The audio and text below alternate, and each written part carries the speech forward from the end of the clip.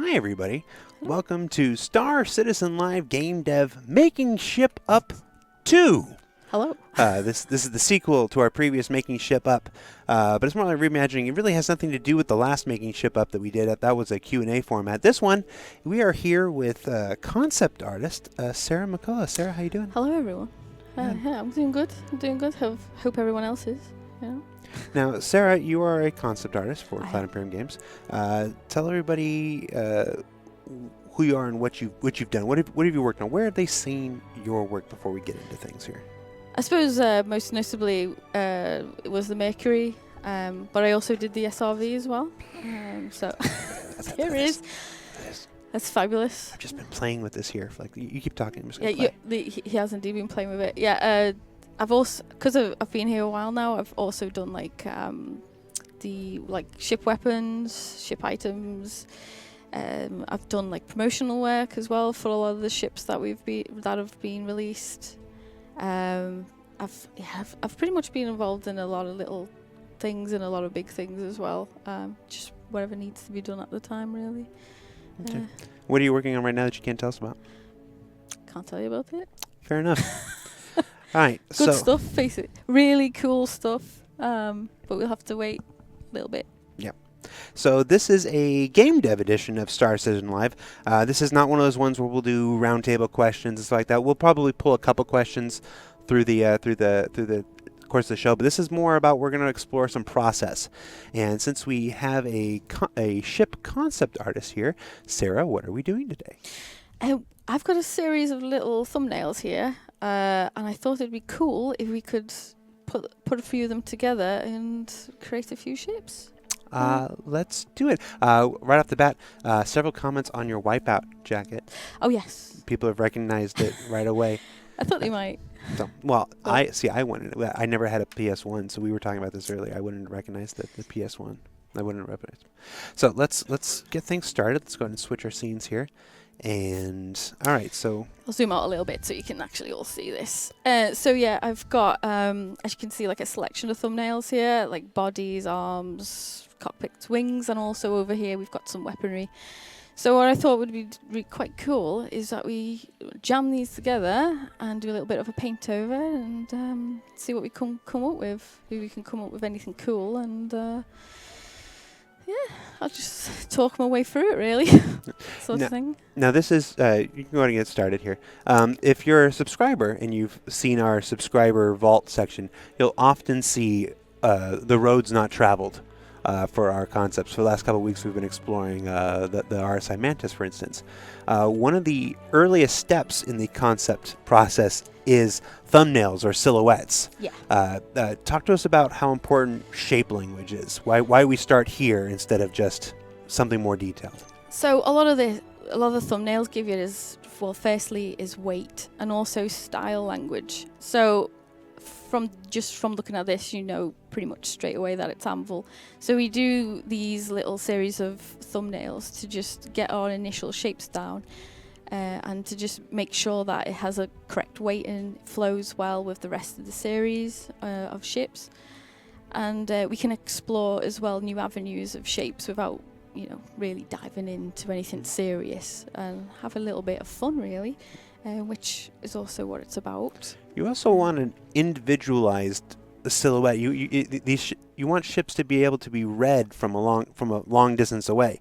Exactly. We talk a lot about, if you follow Star Citizen's development over the years, we talk a lot about LODs, or level of detail, where we create a ship that's super high poly and detailed, and then we bake it down to LOD 4, and then 3, and then 2, and then 1. You want a ship that can still be read as a silhouette from far away. Yeah, I'm exactly. reminded of those old World War II spotter cards, where they used to just have the silhouettes of ships on like playing cards, and that's how they would teach soldiers on the ground how to identify which ships in the air were friendlies and foes, just based on the shape. Yeah. Everything we know about the visual language of a ship starts with its shape. Yeah, exactly. And it's, and colour as well is really important as we get a little bit further down, because obviously you want to recognise who they are, even from a distance. So as I say, this is what we do here, is we just block out these series of things and see what we come up with. Now, Maloons brings up a good point. Don't you start with a design brief? Usually, yes, but designers, man, all they do is tell you what you can and can't do. We're not doing that here today. No, we're having a bit of fun today because Yeah. usually, you do start off with a design brief, and it'll tell you its role, what size, what exactly is its purpose, and then you go from there really, and then you do a series of little thumbnail blockouts and that type of thing. He does bring up a good point. There's a common misconception. When we refer to the design of a ship, it's often considered a visual thing. In game design, and especially in Star Citizen, design is done by folks like John Crew and Stephen Hosmer. It's a technical thing. It's a shorthand for technical design. Yeah. Design happens on paper in spreadsheets and stuff. It should have this many seats. It should have this many, this big an engine, this big such and such shields and stuff like that. That's where design of a ship comes from. And then, like Ilun said, that gets handed over to a concept artist, and the concept artist has to work to bring that to a visual representation. Now, you've done a couple ships now. How often does your visual design then go back and change something about the technical design? Like, have you ever done something that just looked cool and they're like, oh, that wasn't really what we were planning, but maybe we changed that? Well, I do try to accommodate the design language as best as possible, really. But there is a backwards and forwards. Like, hey, this would be really cool. Can we try and fit this in? Or, it would be really awesome if we got this. Instead of this, so there is this back and forth that you have to have because, as you say, design's very text-based, whereas this is quite visual, and we can see visually, and then we can we've got this little thumbnail, we can block it out in 3D dead quick, and then we put it like little people in, and if it's got cargo, we put cargo in it and see if it actually works, and then we can go back to design and be like, hey, look, we've got some room for extra, or not, basically. So sometimes you can wangle stuff in. It's a very collaborative process. It is. To the person asking if we can vote on what pieces go in, yeah, we're going to let Sarah do this one just to show the process first. And then when we're done with this one, we'll put some numbers on and we'll let people vote. There is our numbers here. Oh, see, she's already ahead of us. See, I thought this might happen, so I thought, yes. So you guys can go ahead and start thinking about what combinations you want. And when she's done with this first one, we'll start putting a call out into chat. And we'll do the very scientific process of me looking at chat and seeing how many numbers and going, I think it's that one. It's like this can do. This is fine. So. Yeah. So if you do have any questions for Sarah during the course of the show, remember that Sarah is a ship visual concept artist. So if the question is, will we get this type of ship in the future? That's a question for design, which is not the guest that we have here today. If it's can a ship ever be able to do this? That's also a question for design, which is not the guest that we have here today. Questions should be about process, should be about the visual aspects of a ship, shape language, design language. If I'm not mistaken, and we didn't talk about this before, I think I see a lot of anvil style here. There is a lot of anvil. Right? I thought with CitizenCon coming up, we can do a little bit of anvil stuff. I went out on a ledge there. I was afraid. She goes, actually, Jared, this isn't anvil. It's something else, and I was going to look like a fool. It is Argo as well. There is Argo here. Some shapes from Argo as well. Right. Just actually, Argo and anvil both share that kind of central sphere. You see it in the MPUV. They do. The round. And the Hornet. Yeah, they do share a common thing. They do, which is why I thought, see what they look like together. Yeah. Why not? But what I can do now is I'll just I'll let the community decide, and see what they can come up with. Is there a specific ship company whose design language you favor more than others? Ooh. Oh, that's a good question. To be fair, I actually really like Argo. because it's quite industrial, and it was my first real go at it, and I really actually enjoyed doing it. So Argo's fun. Amble's really good as well. I enjoyed doing a bit of that.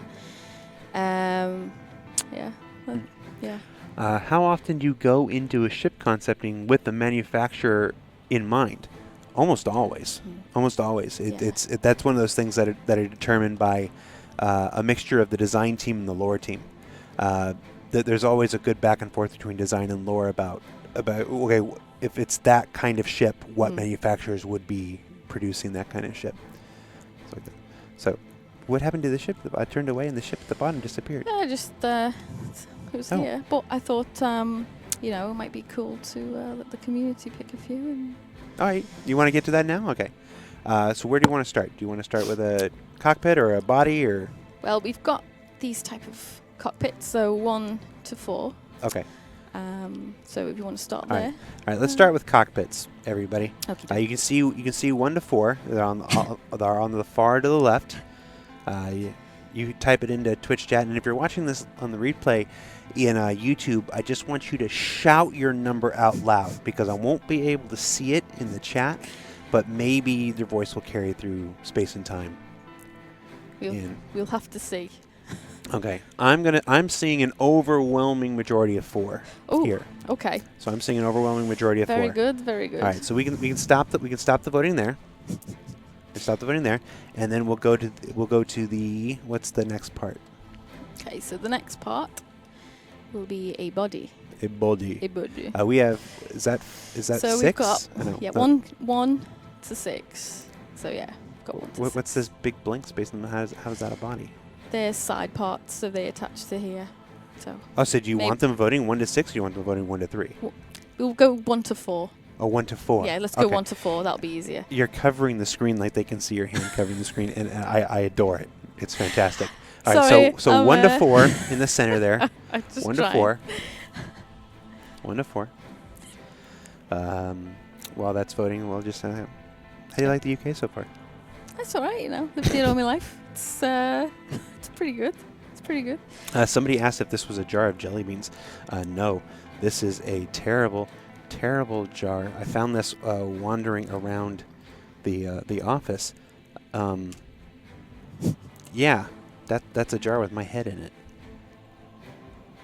It's not often you can walk around with your own head. Yeah, somebody jar. was. Yeah, I walked into the kitchen there to get something to drink, and I saw my head in a refrigerator. I'm gonna say 4 again. 4. I'm gonna say 4 again. Lucky number 4. And not just because Express voted like 7 times with 4. Don't do that. Don't do that. Pickled Huckabee. Good old pit. We're just gonna let that one lie. All right. Oh dear. All right. What's our next part? Okay, so the next part is some wings, or you do have these like little attachments here as well that can extenuate the body, or you've got these side parts. Let's do attachments. Vote 0, 5, or 6. 0 is no attachments, or 5 or 6. It's right. Yeah, I wish I could. Do I have a telestrator on this? I think I have a telestrator. I should have a telestrator. I don't have a telestrator. It's like, no. We're looking at the attachments there. These 2. If you want, you want none. You want 1. Well, nobody wants 5. That's for sure. Bye 5.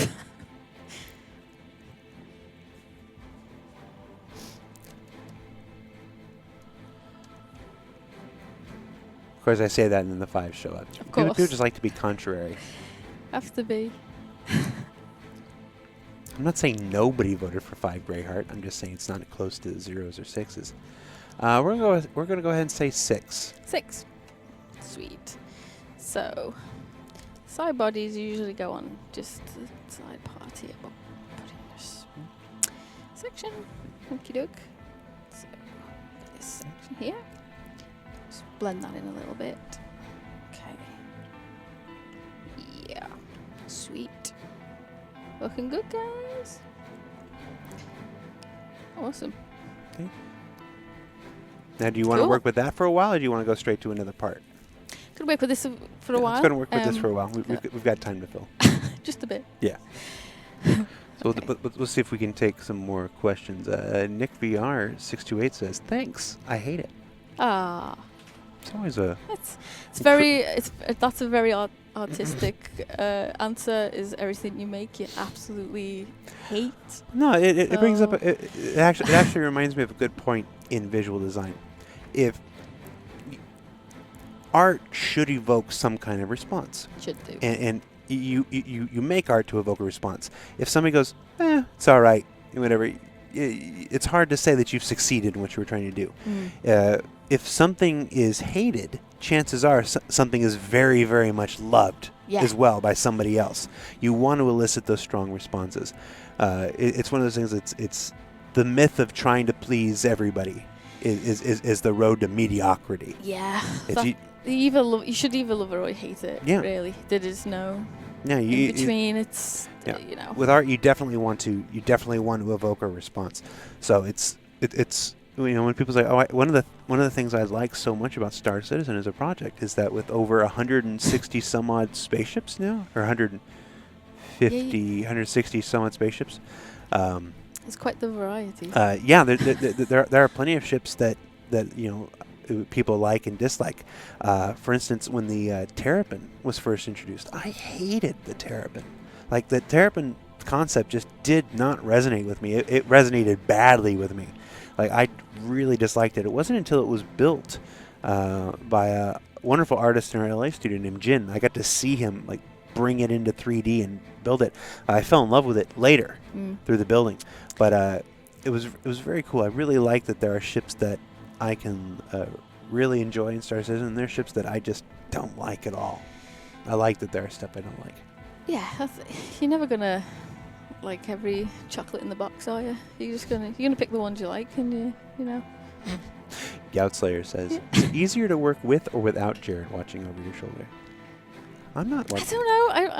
I quite like a bit of company because I'm so used to sitting in the corner by myself, and I don't have that much. I mean, obviously. Plus, it's not just me watching over. It's all the whole office. It's all 1,126 people watching it. Oh, well, no pressure. No pressure there, is there? And then it's fine. And then the thousands that'll watch on YouTube later on. Oh, bless. It's fine. At this point, I should be used to it. It's all good, isn't it? Cassitree asks a question that's not necessarily for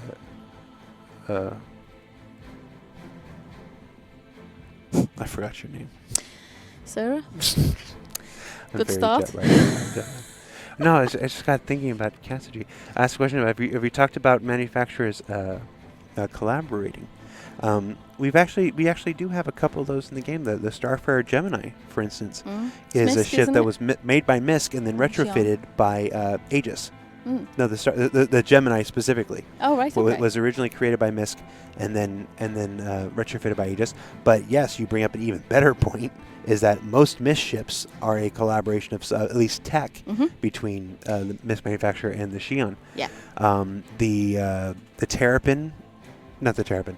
The Tavaran, the Aspera Prowler, if I remember correctly, has it's Tavaran design, but then the shields come from something else. The Banu Defender has shield. I think the Banu Defender is supposed to have Tavaran shields. At this point, where I'm getting mixed up with what's what, and somebody's going to be like, "You were wrong. You said it was this and whatever." And I'm like, and I'm going to tell you, I forgot Sarah's name like 90 seconds ago. So, well, Well, to be fair, the Starfarer engine room I did, so that's why I know it's got John tech on it, because it's a triangle for a start, so it's not a conformative shape like a square. And also on the side paneling is some Jean webbing that I did just to accentuate the tech and the body of the engine. So I did that way back, but I still remember. Here's a question. Sarah, is it easier to use an already defined design, like having guidelines and everything, or do you prefer having no limits and just getting to start from nothing? I do like a existing shape language, just because it is it is easier to start because you've got an example that you know that you have to hit. With something that has not been defined yet, You can get paralyzed by choice. yeah, there's so much stuff that you can choose from. It can be a bit paralyzing at times, but it can be fun because obviously with the Crusader stuff, we had Mike's ship, we had the Genesis Star Liner, and then Genesis Star Runner. Represent. and then we had the Mercury, which was a bit more softer, and that was fun. And then, as I say, the SRV was really fun because that was really industrial. I like industrial stuff. It's really cool. How did you get started doing concept work for Star Citizen? I was straight out of university, but I had actually been from the jacket. I'd actually been also drawing a lot of wipeout craft and like little spaceships. I originally wanted to draw spaceships since Thunderbirds because like Thunderbird 2 was almost my favourite. It was always my favourite ship because I just loved the fact that I had a little tiny one inside. I was like, that's the one. And then went to university, and then Paul saw my work, and then he picked me up, and I've been working here ever since, and I've never left. So Hi, Paul. Big up to Paul. Paul sits right over there. He does. He sits right in front, so keeps watch. What's your favorite ship in Star Citizen? The Hawk. The Hawk, really? Yeah, I really, really like the Hawk. Just like the angles of it. It's quite aggressive, which I really like. And I think Anvil should be like, quite aggressive looking, and I really, really like it. So it's fun flying around in the Hawk. I really like its stance as well when it's landed. As I say, it's quite aggressive. Yeah. I say I really like that about it. It's really fun.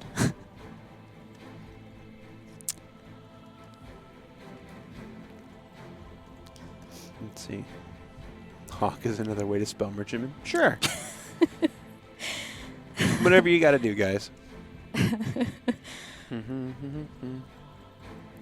Let's see here. We are taking questions for Sarah McCulloch, whose name I can remember. Hey! She is a concept artist, a ship concept artist, a vehicle concept artist for Plaid Imperium Games. Are there any particular TV series, books, or films that inspire you? Besides Wipeout. Blade Runner. Okay, besides Blade Runner, that's like so... Yeah, it's very cliche, but the new one's really good. Yeah, but find an sci-fi artist in the last 30 years that hasn't been inspired by Blade Runner. Lost in Space is good. Battlestar Galactica. The new Netflix Lost in Space. I was very pleasantly surprised by it. It was really good. And I was quite surprised. I was like, The Expanse as well, I've been watching, of course. Like I say, the old school Battlestar, like the new Battlestar Galactica and the old Battlestar Galactica, you have to watch, both. Which I did. I noticed when I was setting up, I noticed your box set of Battlestar Galactica here. I may or may not watch that on occasion for inspiration. Star Trek as well. I watched that since I was a kid, and then obviously Star Wars. I remember the first time my dad brought that home was on VHS with the foil cover, and I was like, "What's this? This looks amazing." And that's always stayed with me. But I also like watching like sci-fi stuff as well, like superhero stuff like The Boys. Recently watched that. And I thought that was really good as well. So there's almost nothing about The Boys that we can talk about on this show without me getting fired. Nothing. No, but it's very good. When I watched Lost in Space, not to harp on it, somebody says it comes back in December. I thought there was a lot of Mass Effect influence in Lost Effect. Like I don't know who the production designer was for Lost in Space, but I'm watching it and I'm like, okay, somebody's played a lot of Mass Effect. I thought that. I was watching it. I was like, wow, this is if Mass Effect was a TV series, this would be it. Like, it was, but it was a pleasant surprise. Like I say, I was quite pleasant. I wasn't really expecting anything of it, and it just blew me away. I was like, hey, it's great. So, when designing a ship, and you know it's going to have an interior, like the design brief says it has an interior. Yes. Do you start with the exterior, or do you start with the interior?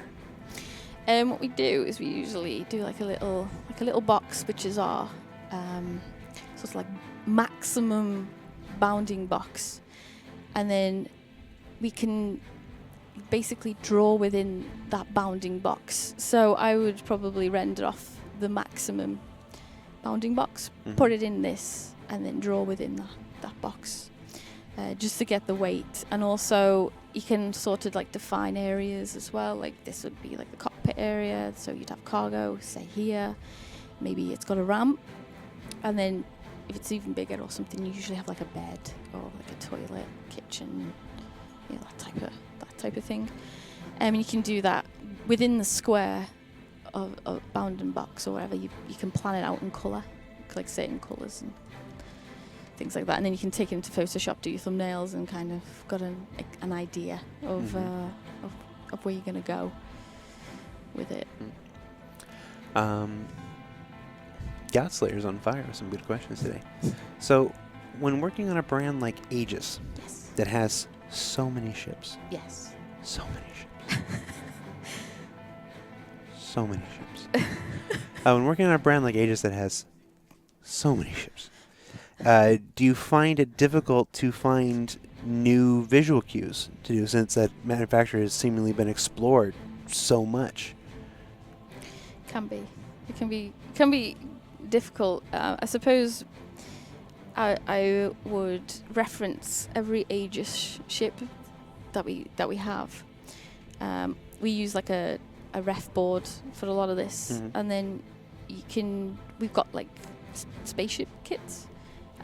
We import them, and we can have a look over every sort of hull we've done, cockpits, landing gears, wing shapes, and try and steer away a little bit and break out. Right, because there's nothing that says we can't expand a brand. Look at what the Mantis does for RSI. Yeah, you know, it's one of the common misconceptions or traps that everybody can get into, not just us here, but the community, is thinking that a manufacturer can only be this, or thinking that a manufacturer can only be this. Obviously, we base the entire manufacturer system on much like the real world. Look at a manufacturer like Mitsubishi. Mitsubishi can make sports cars like the Evo or the 3000 GT, and then make giant 18-wheeled tractor trailers, and then make tanks, and then make televisions, and none of them look anything alike, but they all come from Mitsubishi or different divisions of Mitsubishi. The same way, if you invert the example and you look at just one particular model, like something like the Mustang. Look at the Ford Mustang from 1960 to 2010, and look at how much even one individual model from one manufacturer can change over the course of years. With our history being 940 years in the future, many of our ship manufacturers have existed in the lore for hundreds of years. So if Ford can change the Mustang so much in just 40 years, how can Aegis grow? How can Anvil grow, within the course of 100 years? Well, that's it. You'd expect to see like I suppose it's interesting because you see like the new Fiats now. They've brought the old model from the past to to the future now, and it's like, but it's got that same style, but it's still relatively, well, it is new, and just, as you say, it's like I'd expect to see these. The new Fiat's a good example of that. A bad example of that would be like the PT Cruiser. They're trying to bring back Woodies, and just like, no, that didn't work. Yeah, that's it. It's like some, like you say, like, but then you've got like people that love the classic, don't you? Like cars, like the Volkswagen Beetles, and you know, and then you have another phenomenon, like how manufacturers can affect other manufacturers and influence them. Like when the Dodge Charger came out, the first generation revamped Dodge Charger in like 2005, 2004. I don't know the year specifically. Yeah, you then saw that trickle over to Ford when they redid the Mustang, to Chevy when they redid the Camaro, to everybody, and they all shared cues with that Charger. So a really popular design choice and design aesthetic from one manufacturer then went and influenced others. So when you see like an Aegis ship and people go, oh, that looks more like Anvil, or when you see an Origin ship and like, oh, that looks more like Crusader or something like that. It's like some of that's intentional. We love that mixture of styles and the history just like we do in the real world. Yeah, because you'd expect to see, like, I suppose, cues. It's like, that's got like the DNA of Aegis, like the Nautilus, which is quite, as I say, it's quite different for Aegis, but it's really cool, and you can see its DNA within that, so it's really cool. Yeah. John Wan says it was the Challenger, not the Charger. It was actually both. I think the Challenger may have come first, but where I saw the paradigm shift from everybody was when they did it to the Charger. And I'm speaking only in my opinion here. Yeah, it's interesting. I say, like, I love classic cars. Like, my favorite classic car, I suppose, is the Ford GT40, the older one, and also the Jaggy type, but from way back. Because it just, I don't know, they're just so stylish, and it's something that I would love to just cruise around in and just be like, look at this, it's great. Sort of thing. But I love classic cars, and I say the cool thing about making ships is you get to do your own thing. Yeah. You ready for another part? Go on. What are we choosing from now? Okay, so wings. Yes, because right now, hold on. Let me be Paul Jones here. Let me Paul Jones here. I'm like, no, I don't know. I think it looks a little too much like the Valkyrie right now. I want to see some differential. Nothing but love, Paul. I actually can't do it. I'm listening to you. I'm like, shit. I didn't even get close. I can't do it. All right. So we're looking at wings. We've got what, 5 selections? Yes, we've got 5 selections. We have 5 of wings. selections of wings. I'll just zoom in a bit so people can see. That was a terrible Paul Jones. The second he opened his mouth, I'm like, oh, I didn't even get close. Yeah, I didn't even get close. Oh no, this one's a fight. I mean, if it's too close, we can do 2 versions. It's not well, like, it looks like a pretty. I'm seeing 3s and 5s. 3s and 5s. I think 3s have the edge here, but okay. 5 is making a very respectable showing. Well, we could do both. Could say. I'm gonna. Murder on Fire posted 9 3s, so I'm gonna give it to 3. 3. Yep. Very well. Jared, what brings you to the UK? Work.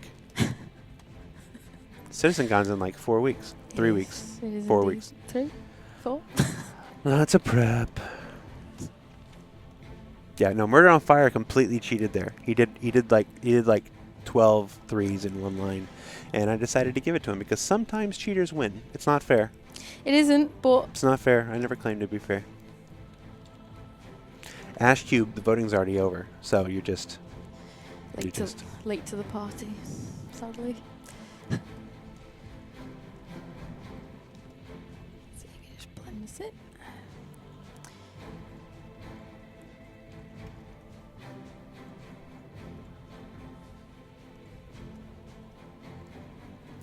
Could ships be procedurally generated?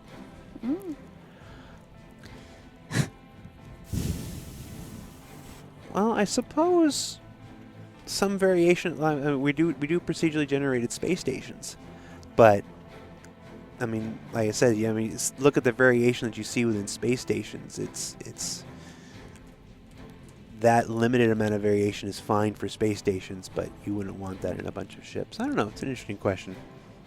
I don't think we would though.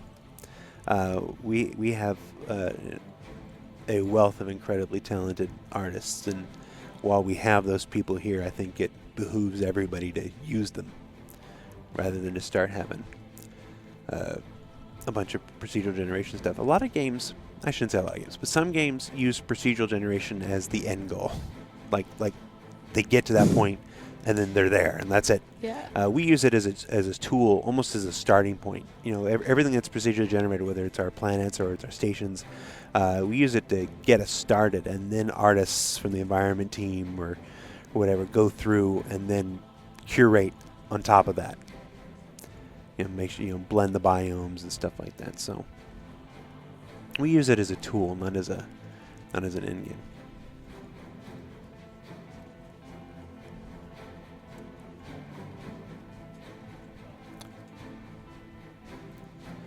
UI Goku says, could you flip the wings? I don't know. I like the gull wings.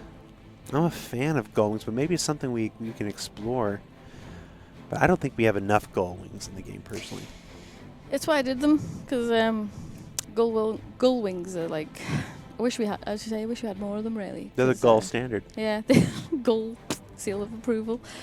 And I would personally like to see more of them, because they are cool. And more.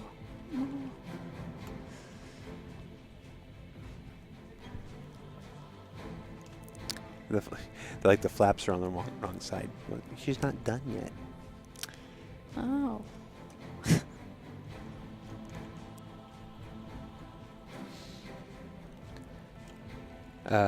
When I meet you at CitizenCon, will it be too much to give you a hug? Who are you talking to?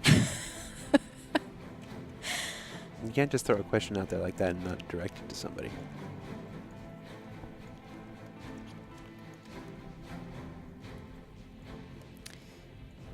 What would be your art direction? What would you... Yeah. You want my art direction? Go on. I feel like I feel like we have an issue of scale with the wings. I feel like the body is so thick that those wings couldn't. I think they're too light in the back. I feel like we need to scale the back end up. Bigger. Like I'm having trouble believing that those wings could generate enough lift to get it. Now see, now we're at a point. Yes. See, I think we're getting closer to a believable. Those wings could actually provide some lift. Excellent. You are going to have to fix the flaps, though. Because now that he's put that in my head, the flaps are just... they're on the front, and they're supposed to... That's just not right. We can fix that. It's all fixable. We can do it. Big chunker wings. Yes. That's the technical term. You want some big chunker wings.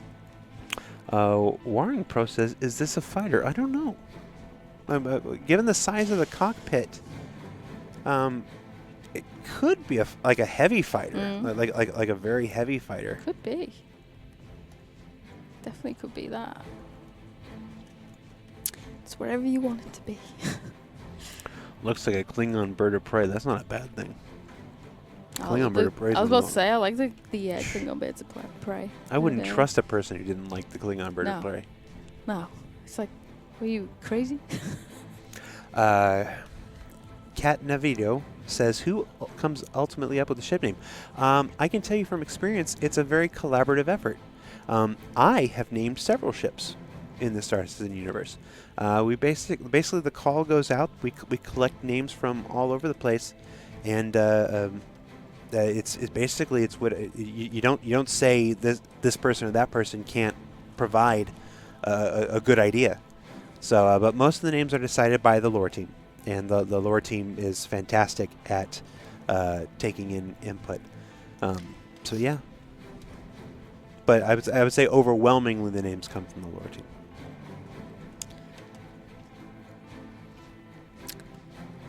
team. Which ones did I name? I named the Hercules. It was just the Starlifter. It was called the Starlifter through all of development, and it was like a week before it got revealed to everybody.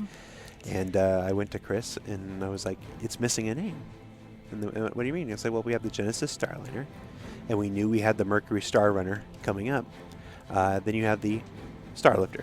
It's missing a name.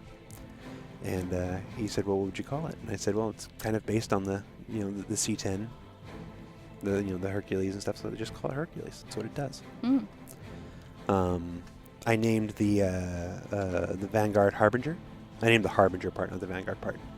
I named the Harbinger because I was a big fan of the Valiant comic book, and it had just been relaunched around that time. Or they were just talking about a relaunch around that time. The C-130. Yeah. We've already revealed that I'm having some serious jet lag today. I mean, I've known Sarah for over a year, and I forgot her name like 30 minutes ago. So I'm having some jet lag. Some moments. But it's fine. Yep. It's fine. It's not intentional. And one or two others, but it's hard for me to remember right now. But yeah, one of the best things about CIG as a company is the collaborative nature. They're not gonna. If you've got a good idea, you've got an idea that can help the game move the game forward, make the game better. We don't turn you off because that's not your job or that's not your position or whatever. I'm very proud of that aspect of this company.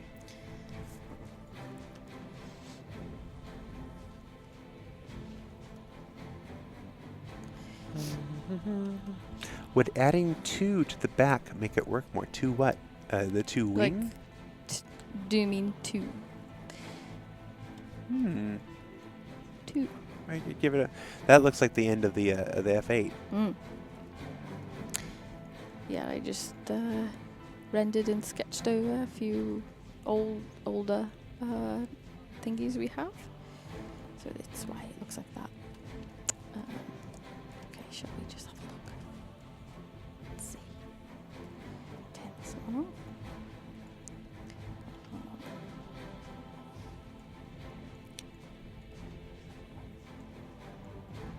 I like I have a layer called results. Result.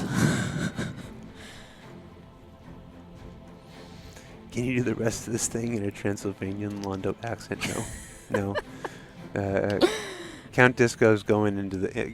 It's like when Disney movies go back into the vault and you can't buy them for a while. Count Disco's going back into the vault for a while. It's a shame. You were really good at it. It was fab. I really enjoyed it. Oh, you took the wing away. Yeah. No, don't take the wing away. You gotta keep the big gull wings. You're saying about. No. You're saying about number 2. No. We just as the butt. Just the butt. Yeah, like just the butt part. Like watch. Put the wings back. Just the butt. Okay. Now take the bit. Take the number 2. Where's the number 2? Bit number 2. Okay. Now pull it back. Yeah. It's bum. Yeah, just It's bottom. like the bum, like a big bum. Like a big bum. Yeah. Like a big butt. What's that song from Spinal Tap? There's a song from Spinal Tap about big butts. I can't think of it right now. No, I can't remember for the life of me. Big Bottom Girls. There we No, go. that's the Queen song. But what was it? No, that's the Queen song. But there's one in Spinal Tap. I thought. Isn't there one in Spinal Tap? Big Bottoms. It was just big bottom, big bottom. Yeah, it was, a big booty. Yeah, it was. It's a riff on the Queen song, but yeah. Spinal Tap, by the way, if you've never seen Spinal Tap. I've seen the film Spinal. This is Spinal Tap. Yeah, that's what I'm talking about. Yeah, it's just been quite a while since I've actually watched it. But Rowan Narrow, like, really, a song about butts and you remember Spinal Tap? Yeah, Spinal Tap's it's fabulous. I used to, if you've ever toured with a band before in your life, you watch Spinal Tap more than just about any movie ever. We would be in Europe touring, and just every bus ride or whatever, it's like, put Spinal Tap on. But it is a movie by non-musicians made for musicians. It's a wonderful movie. Yeah, I've never been on tour with a band, so.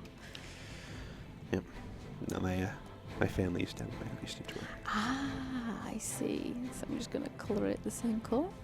Kind of blend it in a little bit. Gonna blend it in. Here's a question. What kind of bee? I don't know what the question is. The what? I don't know. It was like half a question. What kind of bee? It was like half a question and they hit enter.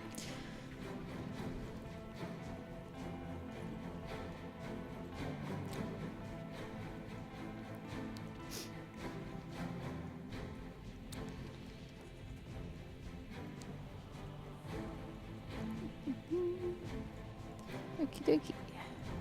Just lower the opacity a little bit. The wings seem too small now. Now, let's talk about that.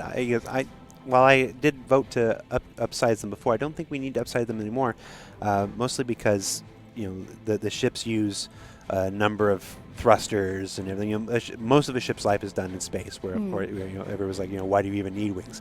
But with the advent of atmospheric flight and whatever, Well, that's it. Yeah. you still have your IFCS, you still have all your control thrusters, and this one looks like it has a very hefty rear thruster. So I don't think the wings here are necessarily the sole source of lift for a ship like this. Yeah, plus the fact that you could always fall back as well, so you don't have to. Wait. Gull wings that fold back? Yeah. We are creators here. We can be creative. That's the craziest shit I've ever heard. Good. That's what we're here for. Why not? Gull wings that fold back. Yes. Is it a concept? That's what we do. Concept. It's crazy. It's kind of like the U-wing. Yeah. I guess the U-wing in Star Wars. They're just forward and then back. Whoosh. That would Blow your mind. I'm out. I gotta process. It's just why not?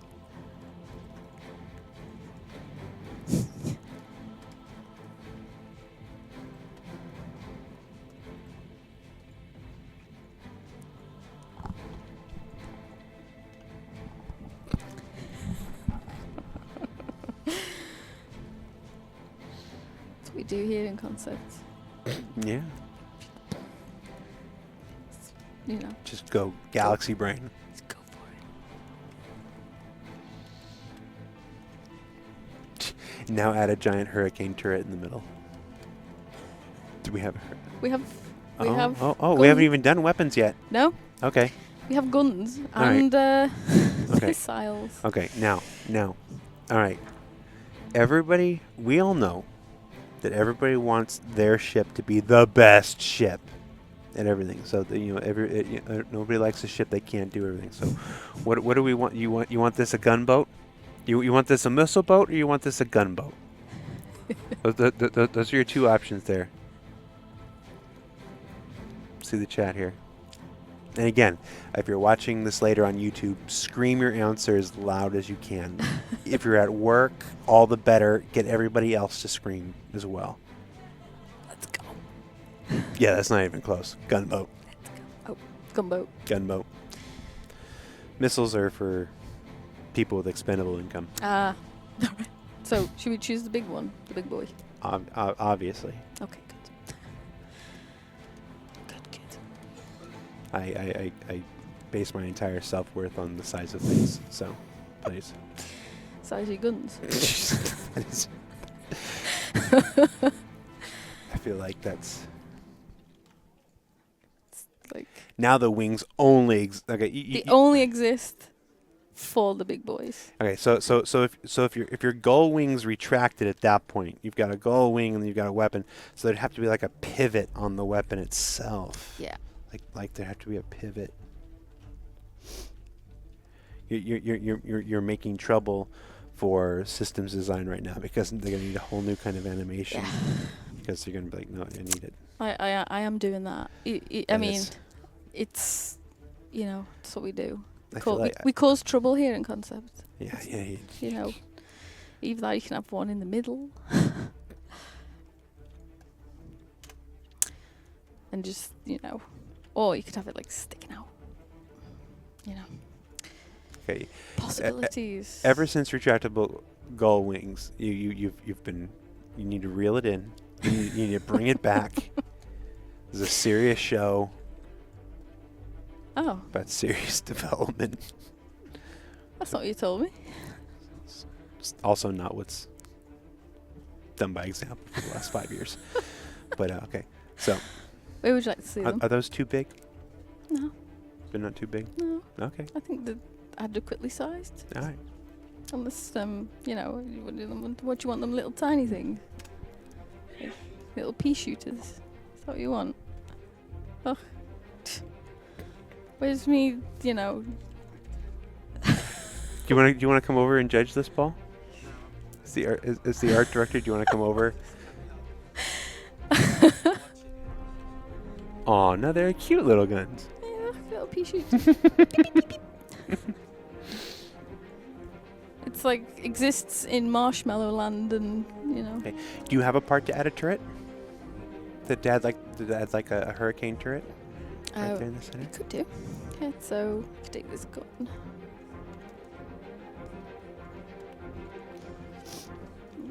Come on, there you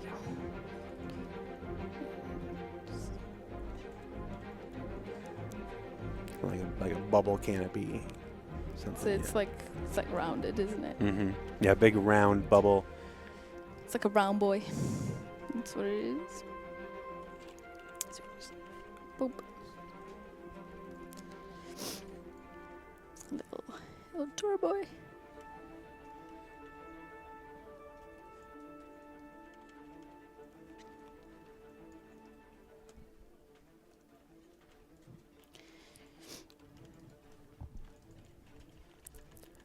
That's a trouble bubble. It is. It is indeed.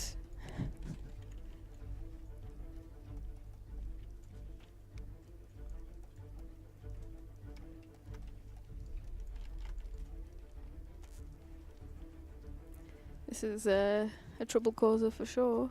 This thing on it. That's what you want.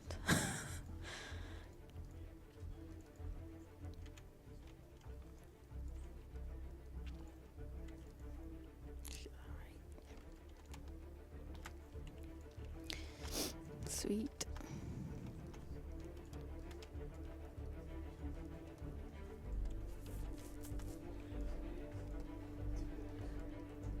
This is like an M50 on steroids. Yes. Yes. Proper good firepower. That's what you want. Causing some trouble in the verse, That's what you want. 'Cause that's totally what I'd do. Trouble causer. Naughty. Okay. Now, Hmm. I'm gonna throw you a loop here. Go on. What are you doing? 2 turrets on top. One forward facing there. Turn this one to rear facing. Ooh. Causing nothing but trouble.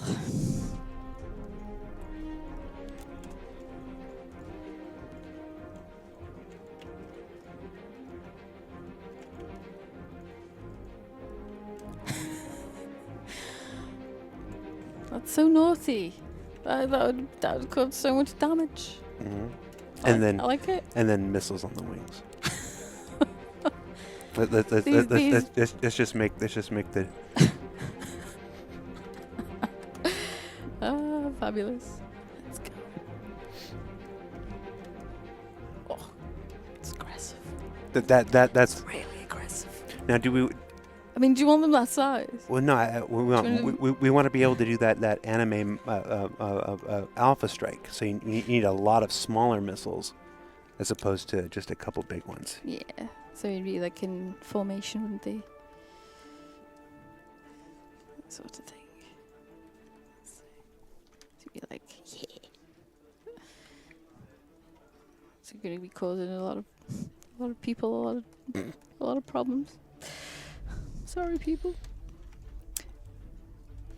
Just send this to John Crew and we'll just watch him have a heart attack. Be like, what have you done? Just send this to John Crew like, hey, can you balance this for us? Hey, can you just sort this out for us, please, John? Just be like, the look he'd give you, and We get a little bit of the missiles hanging out the back. Go on then.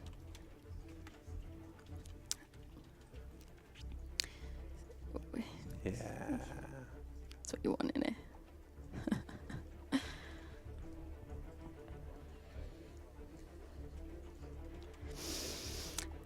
But yeah, this would be a trouble causer for sure.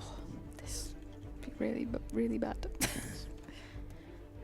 I'd fly it though. With my retractable gull wings, with a ridiculous amount of missiles on it. Yeah, I think we lose the retractable with that many missiles on there. I don't. You just keep them as is. Just your standard fare. Just make that stand out a little bit better. Turret.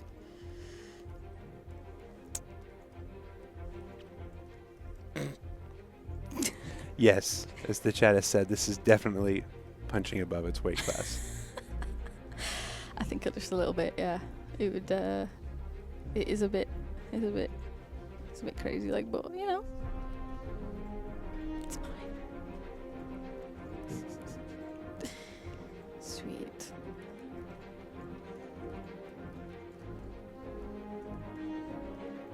Well, see, no, you have to lock the turrets.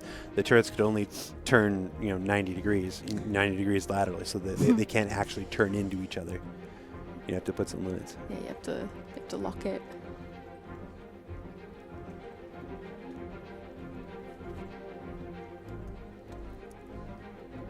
And then on the bottom, a giant store-all box. And give it cargo. Just because that's the only thing. Just to let the ship do everything. At the bottom, it's just a giant store-all box. Just like a super box. They were like that big. Would it be on the bottom though? Let's see what it would be.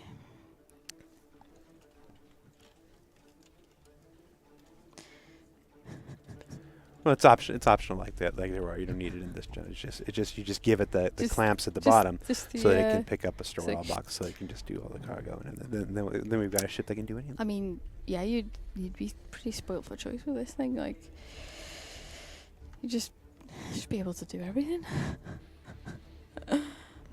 It's a flying ballista. It is.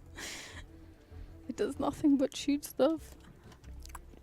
So, what is the name of this ship? I think we can agree that it's Anvil. It's a little more Anvil than Argo, especially since we've never seen an Argo fighter. No. But Vulture's already taken. All right, nope, done. Jarnator got it right off the bat. It's the Anvil Overkill. Done. Jarnator got it. Amazing. Although I do like Daka Daka Daka.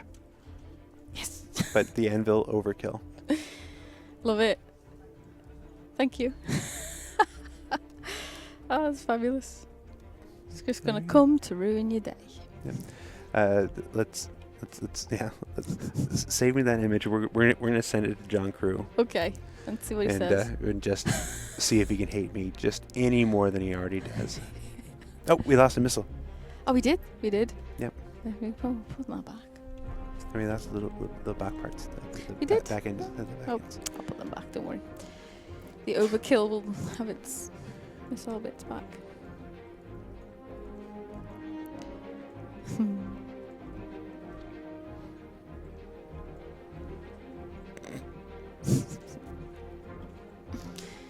Awesome. It's a great name. And then we'll tell them that it also has medical facilities and that the ship team just has to figure out where to put them when they build it. Concept doesn't have to worry about it. No, we won't have to sweat about that. We just leave it to them. It's fine. They won't hate you at all. Let's fill the screen with it so we get a nice good screenshot on the video. All right, then. Here with that. Ooh. It's big. We're Here gonna take our camera out here so we can see the. There we go. There it is. The Anvil Overkill. Yes. Love it.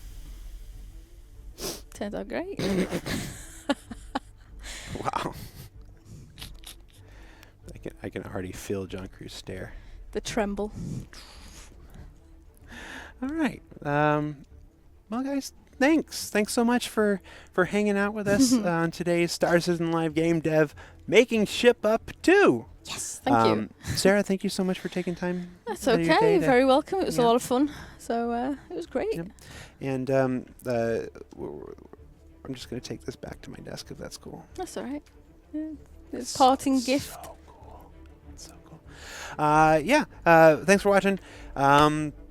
There's only 3 weeks left to Citizen. Keep your eyes and ears open for that. I think a bunch more information went up on the website last week with schedules and stuff. You can check that out. That'll be broadcast on Twitch on the 23rd. ISE coming back at you next Thursday, as usual. No more Easy Habit Horror. That was just a one-off for Halloween. I hope you appreciated it. I hope you enjoyed it. It's just fun to be silly every once in a while. And then we'll be right back here next Friday with another Star Citizen Live. I don't know what it's going to be yet. I got to go around and scare some people. That's what we're doing. Oh, John Crew, come here.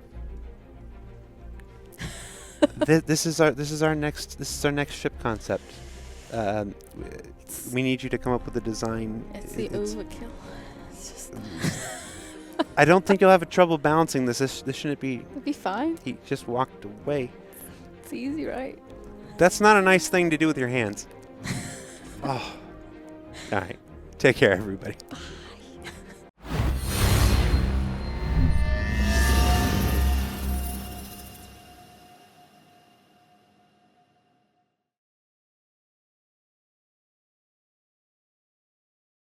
Thanks for watching. For the latest and greatest in Star Citizen and Squadron 42, you can subscribe to our channel, or you can check out some of the other shows, and you can also head to our website at www.robertsspaceindustries.com.